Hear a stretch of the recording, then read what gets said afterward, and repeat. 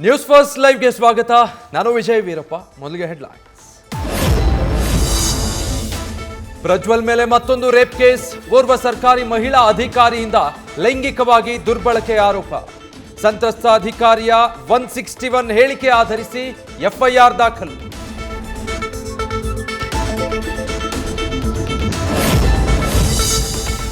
ಪ್ರಜ್ವಲ್ ವಿದೇಶಕ್ಕೆ ಹೋಗಲು ಬಿಟ್ಟಿದ್ದು ರಾಜ್ಯ ಸರ್ಕಾರ.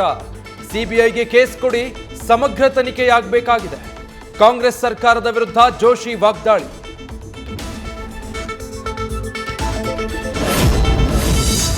ವಕೀಲ ದೇವರಾಜೇಗೌಡ ವಿರುದ್ಧ ಕಾಂಗ್ರೆಸ್ ಪ್ರತಿಭಟನೆ. ನೋಟ್ ಸೂಟ್ಕೇಸ್ಗಳ ಮಾದರಿ ಇಟ್ಟು ಆಕ್ರೋಶ. ದೇವರಾಜೇಗೌಡನನ್ನ ತಕ್ಷಣ ಬಂಧಿಸುವಂತೆ ಆಗ್ರಹ.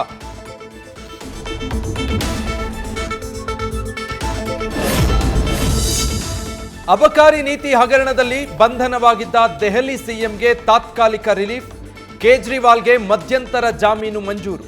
20 ದಿನಗಳ ಕಾಲ ಚುನಾವಣಾ ಪ್ರಚಾರದಲ್ಲಿ ಭಾಗಿಯಾಗಲು supreme court green signal. News first ನಿರ್ಭೀತಿಯಿಂದ ನಿಮ್ಮ ಪರವಾಗಿ.